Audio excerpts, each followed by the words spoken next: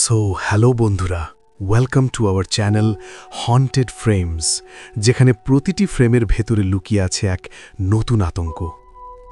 রাত 12টার পর ঝাড়গ্রামের রাঙামাটির জঙ্গলে ঘেরা এক পুরনো ডাকবাংলোয় বাজে এক অদ্ভুত শব্দ।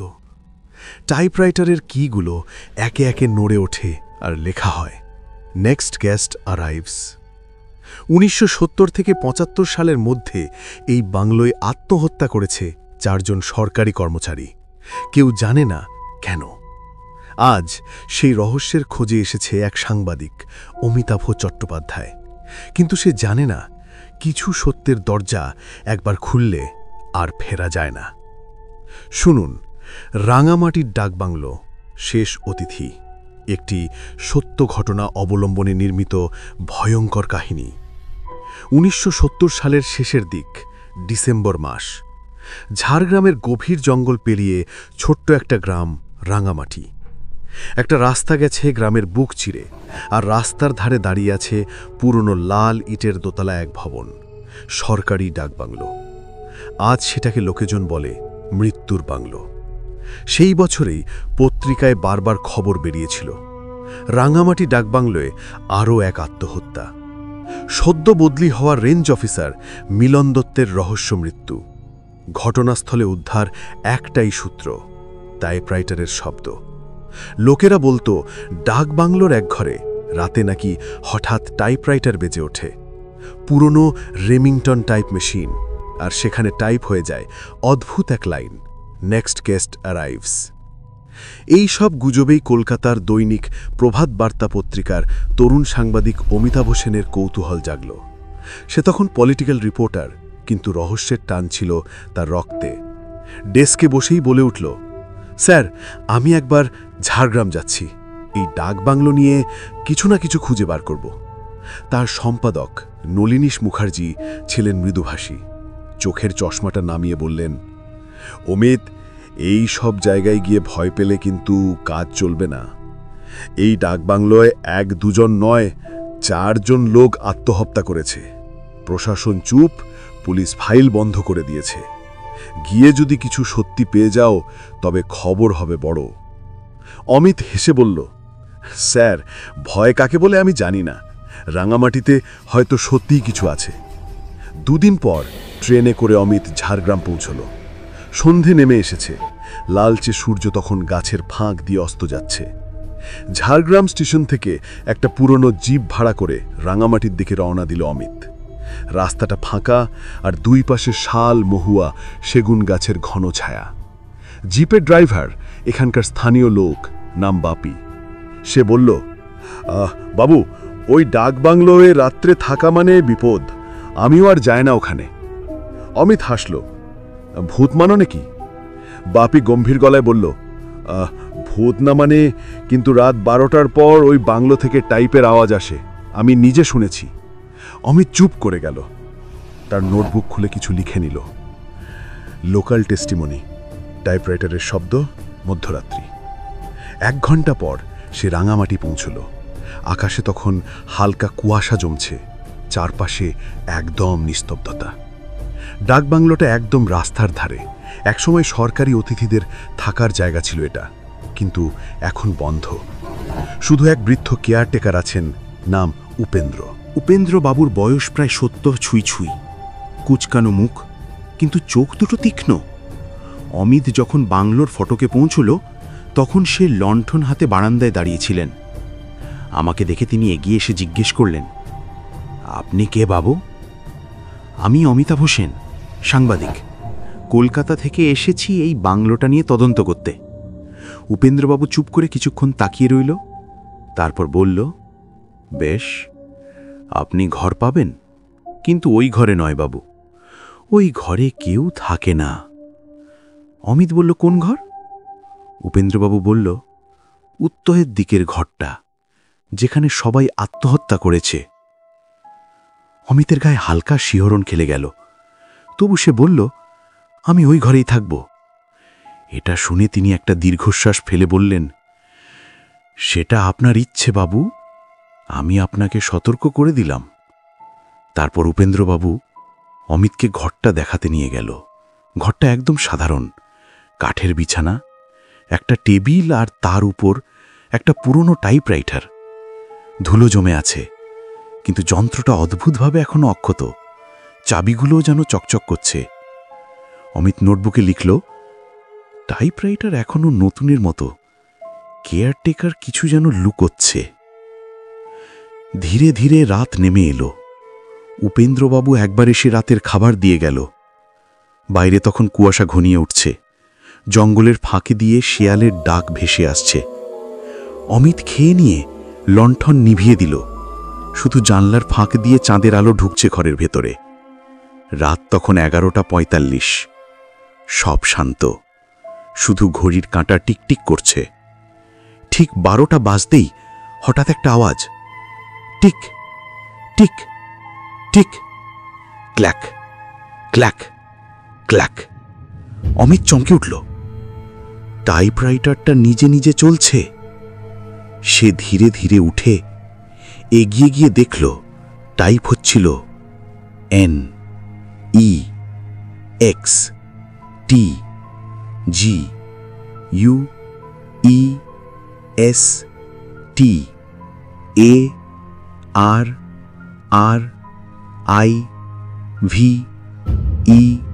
NEXTGUEST। তারপর নিস্তব্ধতা।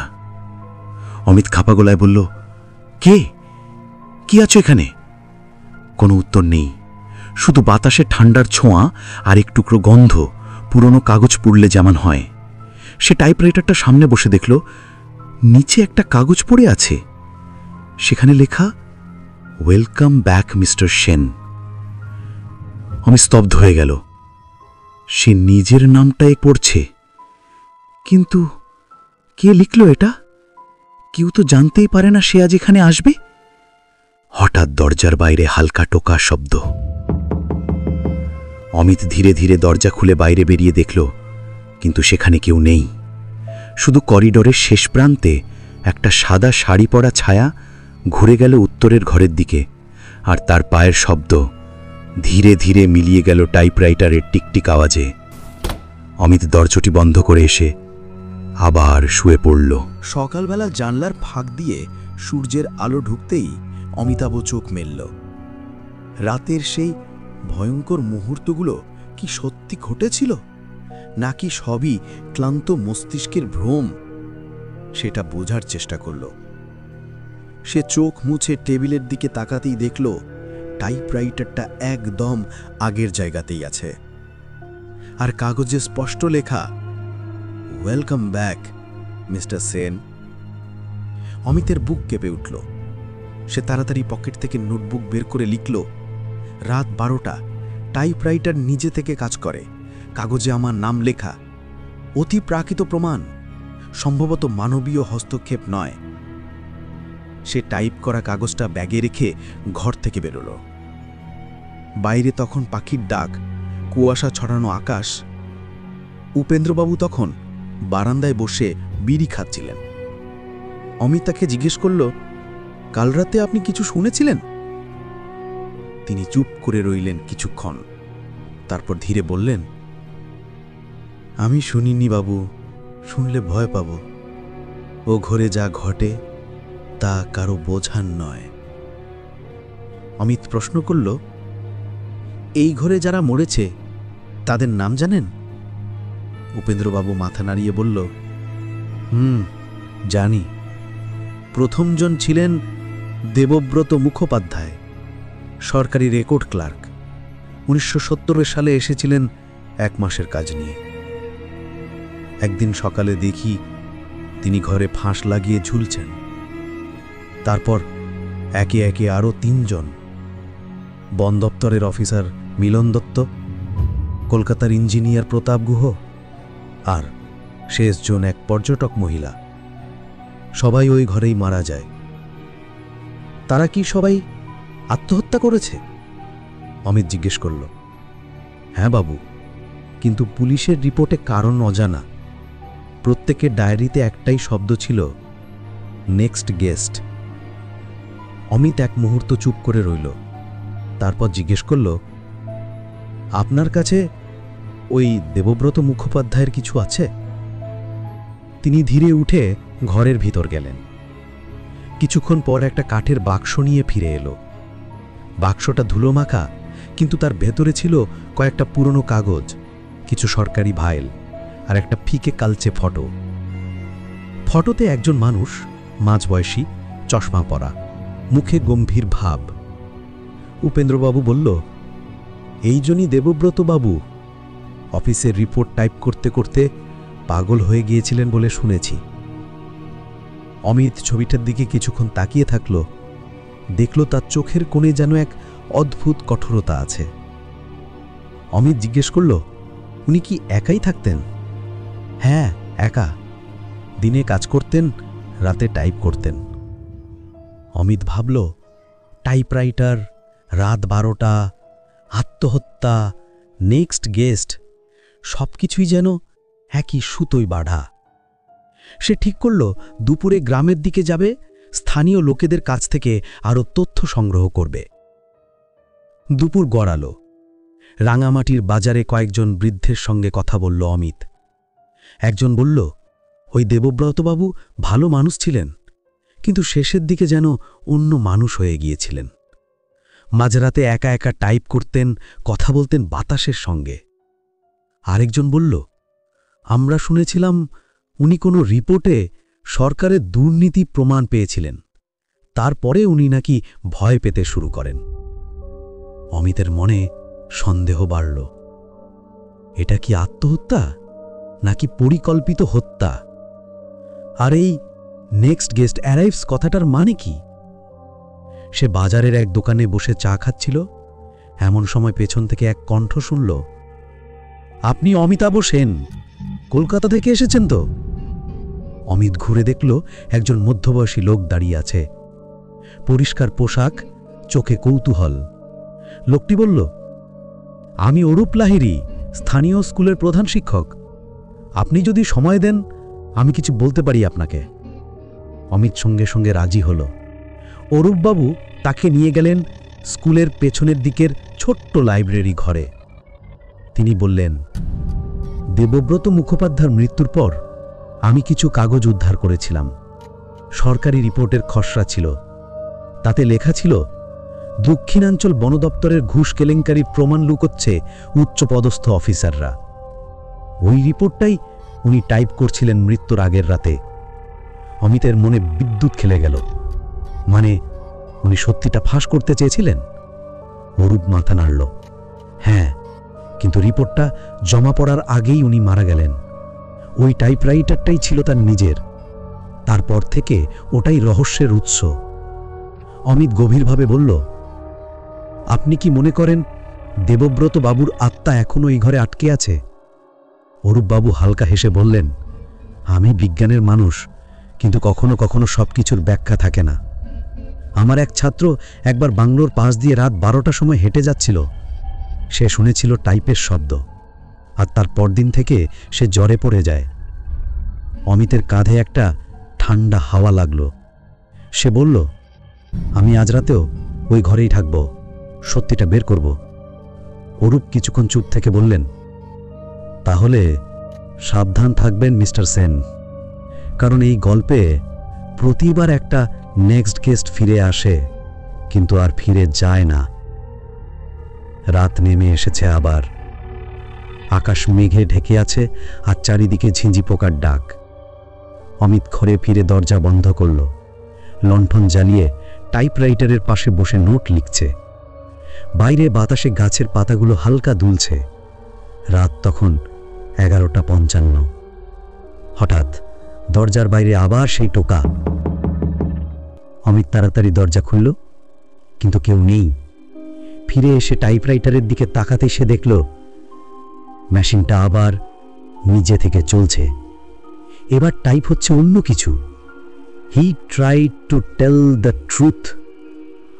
তারপর নতুন line, now you will finish it. অমিতের বুকের ভিতর কাঁপুনি দিয়ে উঠল। সে কাগজটা ছিঁড়ে ফেলতে গেল, ঠিক তখনই টাইপরাইটারের কিগুলো আরো দ্রুত চলতে লাগলো। Next guest arrives.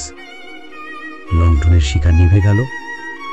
অন্ধকারের ভিতর শুধু টাইপের শব্দ আর এক ফিসফিসে গলা, তুমি এবার ওর কাজ শেষ করবে অমিতাভ। রাতের সেই ফিসফিসে শব্দের পর অনেকক্ষণ স্থির হয়ে বসেছিল অমিত। তার বুক ধরফর করছে, কপালে ঘাম। টাইপরাইটারের কাগজে তখনও লেখা ঝলমল করছে লণ্ঠনের ক্ষীণ আলোয়। Now you will finish it. কে বলছে? কেন তাকে এই কাজে টেনে আনা হচ্ছে? অমিত চোখ বন্ধ করে একটা গভীর শ্বাস নিল। সে ভয়কে পরাজিত করতে চায়নি, সে বুঝতে চেয়েছিল এই ভয়টার উৎস কি। পরের দিন সকালবেলা উপেন্দ্রবাবুকে ডেকে বলল, দেবব্রতবাবুর সরকারি রিপোর্টের কপি কি কখনো পাওয়া গিয়েছিল? সে মাথা নেড়ে বলল, না বাবু, পুলিশ এসেছিল কিন্তু খুঁজে কিছুই পায়নি, শুধু টাইপরাইটারটাই ছিল, ওটাই এখন পর্যন্ত সব প্রমাণ। অমিত বলল, আমি ওই বাক্সটা আর একবার দেখতে চাই। উপেন্দ্রবাবু কিছুক্ষণ ইতস্তত করে বলল, যা ছিল তাই আছে বাবু, তবে আপনি নিজে দেখুন। অমিত সেই পুরনো কাঠের বাক্স খুলে একটা ফাইল পেল। তাদের সরকারি চিঠিপত্র, টাইপ করা কিছু নোট, আর পেছনে কিছু কাগজে আধা টাইপ করা line. Forestry department, illegal timber contract, approval under, signature of. কথাগুলো অসম্পূর্ণ, যেন কেউ হঠাৎ থেমে গেছে। অমিতের চোখ চকচক করে উঠল। এইটাই হয়তো সেই মৃত্যুর রিপোর্ট। সে কাগজগুলো ব্যাগে ভরে নিল, ঠিক করল কলকাতায় ফিরে এগুলো বিশ্লেষণ করাবে। কিন্তু মন গলল, না, এখনই সব ফাঁস করা যাবে না, রহস্যটা এখানেই শেষ নয়। বিকেলবেলা ঝড় উঠল, রাঙামাটির আকাশ কালো মেঘে ঢেকে গেল, দূরে বাজ পড়ল একবার। অমিত বারান্দায় দাঁড়িয়েছিল, ঠিক তখনই রাস্তা দিয়ে হেঁটে আসছিলেন অরূপবাবু, ছাতা হাতে, চোখে উদ্বেগ। মিস্টার সেন, আমি আজ আসতে বাধ্য হলাম। অমিত অবাক হয়ে বলল, কি হয়েছে? অরূপবাবু হালকা গলায় বললেন, আজ সকালে গ্রামের পোস্টমাস্টার হরি ঘোষ আমাকে একটা চিঠি দিয়েছেন। চিঠিটা নাকি ডাক বাংলোর পুরনো কেস ফাইলে পাওয়া গেছে, লেখক দেবব্রত মুখোপাধ্যায়। অমিত চমকে উঠল। কি লেখা আছে তাতে? অরূপবাবু চিঠিটা বের করে অমিতের হাতে দিলেন। সে চিঠিটা খুলে দেখল, কাগজ পুরনো, কালির দাগ ম্লান, কিন্তু শব্দগুলো এখনো স্পষ্ট। যদি আমি মারা যাই, জানবেন আমার মৃত্যু স্বাভাবিক নয়। আমি এমন কিছু জানি যা প্রকাশে এলে অনেকে ধ্বংস হবে। আমার টাইপরাইটারেই আমার সব কথা লুকিয়ে আছে। যে এটা পড়বে সেই আমার অসমাপ্ত কাজ শেষ করবে। দেবব্রত মুখোপাধ্যায়। অমিতের শরীর হিম হয়ে গেল। তার চোখে ভাসতে লাগল আগের রাতে টাইপ করা সেই line, now you will finish it. সে ধীরে ধীরে বলল, মানে ও আমাকে দিয়ে কাজটা করাতে চায়? অরূপবাবু বললেন, হয়তো ওর আত্মা শান্তি পায়নি মিস্টার সেন, সেই জন্যই আপনি এখানে এসেছেন। অমিত মাথা নেড়ে বলল, না, আজ রাতেই আমি ওই টাইপরাইটারে বসব, দেখি ও কি চায়। রাত নেমে এসেছে, ঝড়ের পর বাতাসে শোঁ আওয়াজ। ডাক বাংলোর চারপাশে গাছের পাতা নাচছে, দরজার কপাট ঠকঠক করছে। অমিত টাইপরাইটারের সামনে বসল, একটা নতুন কাগজ ঢুকিয়ে বলল, দেবব্রতবাবু, যদি আপনি সত্যিই থাকেন তবে বলুন কি করতে হবে আমাকে। প্রথমে কিছুই হলো না, তারপর মেশিনটা নিজে থেকেই নড়ল, কিগুলো একে একে বাজতে লাগল। They killed me, I had proof, finish the report. Amit অবাক হয়ে দেখল, টাইপরাইটারের পাশে রাখা পুরনো ফাইলগুলো যেন নিজে থেকেই খুলে যাচ্ছে। পাতাগুলোর মধ্যে একটা পাতায় লাল কালি ছিটানো দাগ, আর সেখানে লেখা, timber deal, contractor R.S. Lodh and company, approved by minister S.D. Chatterjee. Amit সব বুঝে গেল। দেবব্রত যে রিপোর্ট টাইপ করছিল তাতে এক প্রভাবশালী মন্ত্রীর দুর্নীতির প্রমাণ ছিল, তাই তাকে আত্মহত্যার ছলে খুন করা হয়। তার বুক ধড়ফড় করছে, কিন্তু সে থামল না। সে ফাইলের বাকি অংশ নিজে টাইপ করতে লাগল, কিন্তু ঠিক তখনই মেশিনটা আবার নিজের মতো চলতে শুরু করল। কিবোর্ডে যেন অদৃশ্য হাত চলছে। অমিতের আঙুল নিজের অজান্তেই নড়ছে। এক অদ্ভুত শক্তি তাকে চালাচ্ছে। টাইপ হচ্ছে, he is here, the minister is here. Amit ভয় পেয়ে পিছিয়ে গেল। হঠাৎ বাইরের জানলার কাছে বজ্রপাতের আলো পড়ল। দেখল জানলার ওপাশে এক মানুষ দাঁড়িয়ে, কোট পরা, চোখে চশমা, ঠোঁটে নিষ্ঠুর হাসি। এক মুহূর্তের ঝলকে চিনতে পারল, এই সেই মন্ত্রী যার নাম রিপোর্টে ছিল, শচীন দত্ত চট্টোপাধ্যায়। কিন্তু তিনি তো 3 বছর আগেই মারা গেছেন। বজ্রপাত নিভে গেল, ছায়াটা অদৃশ্য, কিন্তু টাইপরাইটার তখনও চলছে।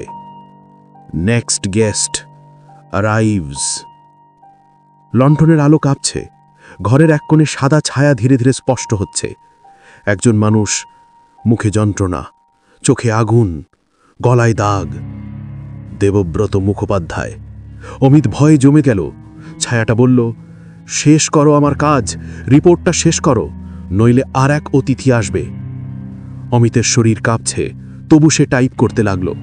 রিপোর্টের শেষ লাইন লিখে দিল, the corruption stands proven, responsible minister S D. Chatterjee, report completed by A Sen, journalist. মেশিনটা থেমে গেল। হঠাৎ এক ঝলক ঠান্ডা হাওয়া এলো, আর ছায়াটা হাসল। তারপর ধীরে ধীরে মিলিয়ে গেল বাতাসে। অমিত নিঃশব্দে বসে রইল। মেশিনের শেষ লাইন তখনও কাগজে ঝলমল করছে, থ্যাংক ইউ, রিপোর্ট কমপ্লিট। ভোরের দিকে উপেন্দ্রবাবু এসে দেখে অমিত মেঝেতে অচেতন অবস্থায় পড়ে আছে, আর তার সামনে টাইপরাইটারে টাইপ করা শেষ রিপোর্ট। বাইরের আকাশে তখন সূর্যের আলো, কিন্তু ডাক বাংলোর ভেতর এখনো ঠান্ডা বাতাস বইছে। ভোরের আলোয় চোখ খুলতেই অমিত বুঝতে পারল সে ডাকবাংলোর মেঝেতে পড়ে আছে। মাথা ভারী, চোখের সামনে ঘুরছে কাল রাতের ঝলক, টাইপরাইটারের শব্দ, দেবব্রতের ছায়া, আর সেই শেষ line, thank you, report complete. উপেন্দ্রবাবু পাশে বসে তাকে জল খাওয়াচ্ছিল। বাবু, আপনি ঠিক আছেন তো? সারা রাত দরজা বন্ধ ছিল, আমি ঠক ঠক করলাম, উত্তর নেই, তাই ভোরে দরজা ভেঙে ঢুকলাম। অমিত ধীরে ধীরে উঠে বসল। আমি ঠিক আছি, রিপোর্টটা কোথায়? উপেন্দ্র দেখালো টেবিলের উপর কাগজের গাদা রাখা। শেষ পাতায় লেখা, the corruption stands proven, responsible minister S D. Chatterjee. Amit একবার তাকিয়ে গভীর শ্বাস নিল। শেষ পর্যন্ত ও যা চেয়েছিল আমি তা করতে পেরেছি। সে ফাইলটা ব্যাগে ভরল, উপেন্দ্রবাবুকে বলল, আমি আজই কলকাতা ফিরছি, এই বাংলো বন্ধ করে দিন কিছুদিনের জন্য, এখানে কেউ যেন না আসে। উপেন্দ্রবাবু শুধু মাথা নেড়ে বলল, ঠিক আছে বাবু, কিন্তু সাবধান থাকবেন, এখানে যা ঘটে তার শেষ হয় না। 2 দিন পর কলকাতার অফিসে বসে অমিত রিপোর্ট টাইপ করছিল নতুন মেশিনে। তার টেবিলে তখন সেই রাঙামাটি রিপোর্টের খসড়া। বাইরে নলিনীশ মুখার্জি হাঁটছিলেন চিন্তিত মুখে। অমিত দরজায় কড়া নাড়ল। স্যার, এটা দেখুন, রাঙামাটি কেসের আসল সত্য। নলিনীশ কাগজগুলো পড়লেন মনোযোগ দিয়ে। প্রথমে চুপ করে থাকলেন, তারপর বললেন, এটা যদি সত্যি হয় তাহলে বড় কেলেঙ্কারি ফাঁস হয়ে যাবে। কিন্তু তুমি জানো এই নামটা, মন্ত্রী শচীন দত্ত, এখনো ক্ষমতার কেন্দ্রে আছে, যদিও সরকারে নেই। তোমার প্রমাণ কোথায়?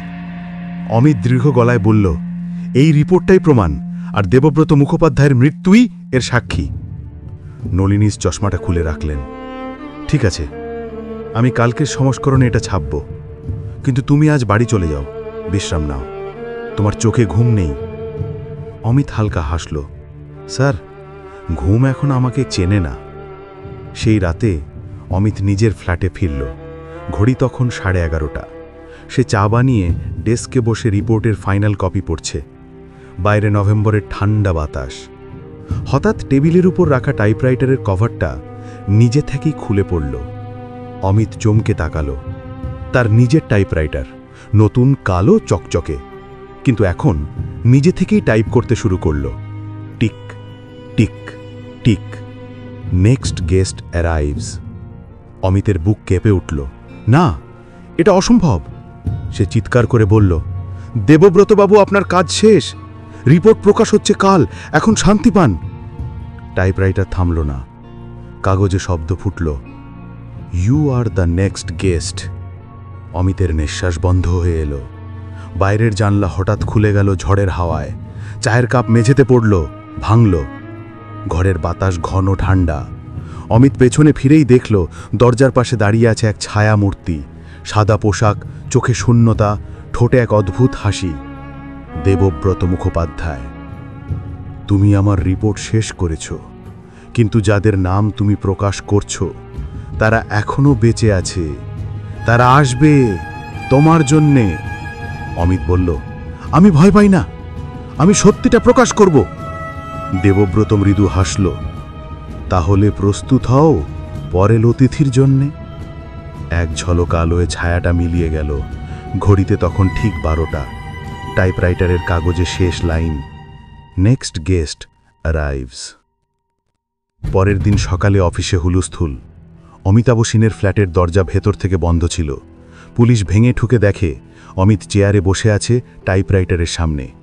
চোখ খোলা, মুখ শান্ত, কিন্তু নিঃশ্বাস নেই। কাগজে শেষ line, truth is printed, the next guest is ready, এবং তার নিচে টাইপ করা A.S। সেদিনই দৈনিক প্রভাত বার্তার প্রথম পাতায় ছাপা হল অমিতাভের রিপোর্ট।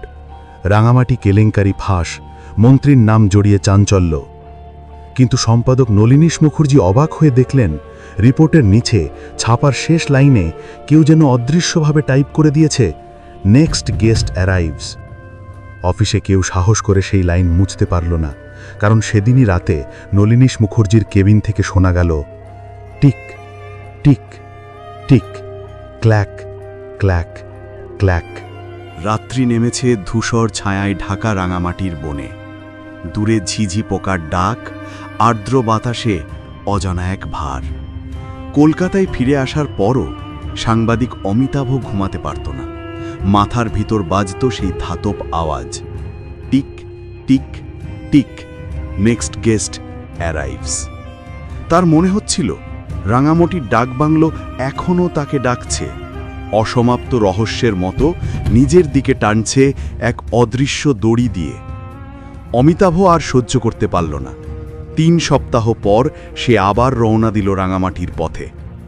রেলপথের পাশে লাল মাটি, পাথর আর শীতের গন্ধ, সবকিছু যেন আগের মতোই, অথচ কোথাও কিছু বদলে গেছে। বাংলোর সামনে পৌঁছে দেখল দরজা আধ খোলা। উপেন্দ্রবাবু আর নেই।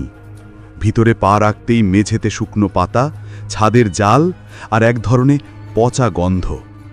ঘরে ঢুকতেই চোখে পড়ল সেই রেমিংটন টাইপরাইটার, ভাঙা অবস্থায়ও টেবিলের উপর রাখা, যেন কেউ আবার জোড়া লাগিয়েছে।